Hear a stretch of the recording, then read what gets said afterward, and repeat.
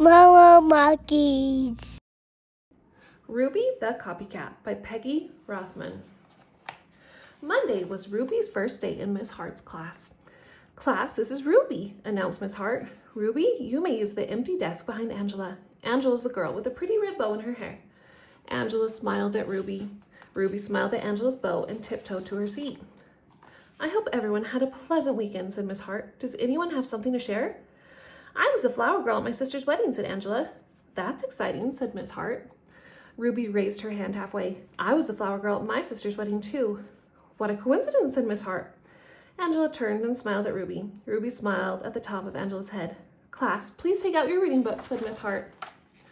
At lunchtime, Ruby hopped all the way home on one foot. When Ruby came back to school, she was wearing a red bow in her hair. She slid into her seat behind Angela. I like your bow, whispered Angela. I like yours too, whispered Ruby. Class, please take out your math books, said Miss Hart.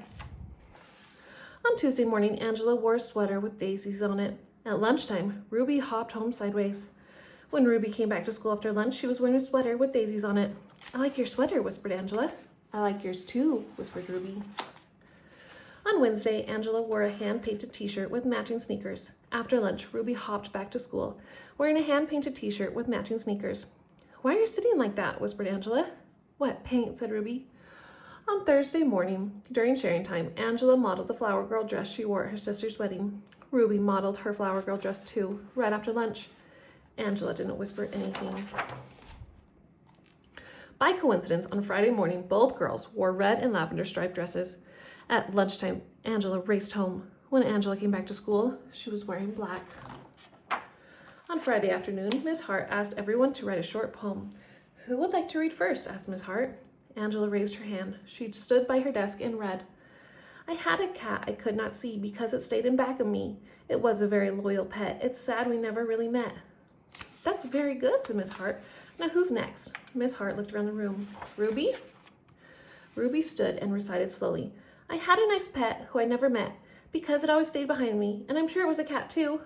Ruby smiled at the back of Angela's head. Someone whispered. Ruby sat down. What a coincidence, murmured Miss Hart. Angela scribbled something on a piece of paper. She passed it to Ruby. The note said, You copied me. I'm telling Miss Hart. P.S. I hate your hair that way. Ruby buried her chin in the collar of her blouse. A big tear rolled down her nose and plopped onto the note. When the bell rang, Miss Hart sent everyone home except Ruby. Miss Hart closed the door of the schoolroom and sat on the edge of Ruby's desk.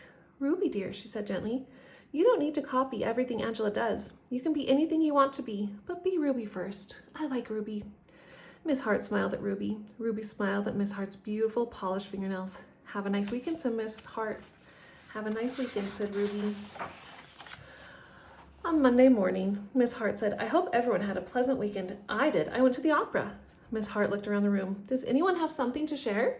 Ruby Don't forget to like and subscribe. Every finger was a pink plastic fingernail. I went to the opera too, said Ruby. She did not, whispered Angela.